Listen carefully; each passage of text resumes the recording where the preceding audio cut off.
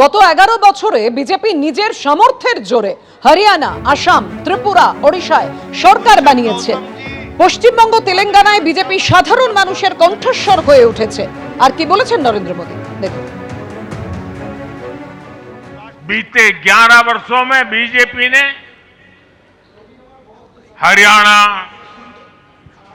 असम, त्रिपुरा और ओडिशा में पहली बार अपने सामर्थ्य से सरकार बनाई। पश्चिम बंगाल और तेलंगाना में भाजपा जनता की एक बड़ी आवाज बनकर उभरी है।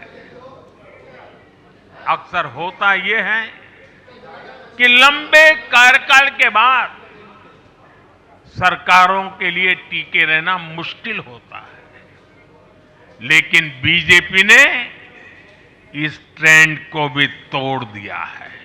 এদিকে বীরভূমের নানুরে আরএসএস কর্মীকে হুমকি এবং মারধরের অভিযোগ তৃণমূলের বিরুদ্ধে। প্রতিবাদে নানুর থানার সামনে বিক্ষোভ দেখালো বিজেপি এবং আরএসএস।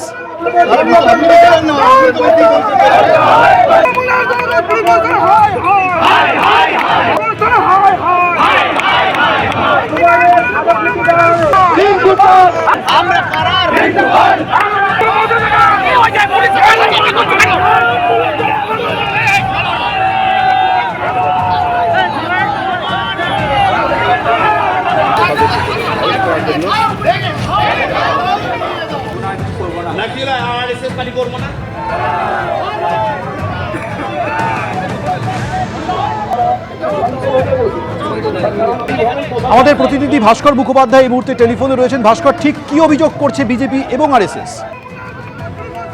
দেখো, বিজেপি আরএসএস এর অভিযোগ হচ্ছে যে গত পরশু যে রিন্টু পাল, যাকে মারধর করা হয়েছে নানুরে, এই রিন্টু পাল হচ্ছে আরএসএস এর কর্মী এবং তিনি সেখানে প্রচারকের দায়িত্বে ছিলেন এবং তাকে তৃণমূল নেতা, যিনি কৃষি কর্মাধ্যক্ষ নানুর পঞ্চায়েত সমিতির, তিনি পার্টি অফিসে ডেকে নিয়ে যান এবং সেখানে গিয়ে তাকে শাসানো হয় এবং রীতিমতো কাম ধরে উদ্বোস করানো হয় এবং তাকে জোরহাত করে ক্ষমা চাইতে বলা হয় এবং বলা হয় যে এই ধরনের কাজ যেন তিনি না করেন এবং গ্রামের যারা যুবক রয়েছেন তাদেরকে যেন তিনি যেন প্রভাবিত না করার চেষ্টা করেন, তাহলে কিন্তু তার ফল খারাপ হবে। এবং এরপরই যখন সেই ভিডিও সামনে আসে, ভাইরাল ভিডিও, তারপরই চাঞ্চল্য ছড়ায় এবং আজকে আরএসএস এর তরফ থেকে নানুর থানাতে বিক্ষোভ দেখানো হয় এবং সেখানে দাবি করা হয় যে অভিযুক্ত তৃণমূল নেতা, এই কর্মাধ্যক্ষ, তাকে গ্রেপ্তার করতে হবে, কারণ তার বিরুদ্ধে আরএসএস এর তরফ থেকে গতকালই জেলা পুলিশ সুপারের অফিসে গিয়ে অভিযোগ দায়ের করা হয়েছে, কিন্তু পুলিশ এখনো পর্যন্ত কোনো স্টেপ নেওয়া হয়নি। তাই এই আতঙ্কের মধ্যে রয়েছে এই পরিবার, রিন্টু পালের পরিবার। তাই দ্রুত তাকে গ্রেপ্তার করে সাজা দিতে হবে এবং সেই দাবিতেই আজকে বিক্ষোভ শুরু হয়। প্রায় 1 ঘন্টা ধরে নানুর থানার সামনে বিক্ষোভ চলে আরএসএস এর এবং তারা পরে ওসির সঙ্গে দেখা করেন। কিন্তু একটা জিনিস পুলিশ যেটা জানাচ্ছে যে রিন্টু পালের পরিবারের তরফ থেকে কিন্তু এখনো পর্যন্ত কোনো লিখিত অভিযোগ করা হয়নি নানুর থানায় বা অন্য কোথাও। কিন্তু তার মা জানিয়েছিল গতকাল আমাদেরকে যে তারা রীতিমতো আতঙ্কে আছেন, ভয়ের মধ্যে রয়েছেন। ছেলে একটি প্রাইভেট স্কুলে কাজ করে এবং সে মূলত স্কুলেই কাজ করে, খুব বেশি সে রাজনীতির সঙ্গে যুক্তও নয়। একথা তৃণমূলের যিনি ব্লক সভাপতি ছিলেন সুব্রত ভট্টাচার্য, তিনিও স্বীকার করেছেন। কিন্তু তাকে কেন এই ধরনের শাসানো হলো, কান্দর উদ্বোস করানো হলো, সেটারই প্রতিবাদে আজকে এই আরএসএস ঠিক করে। ধন্যবাদ।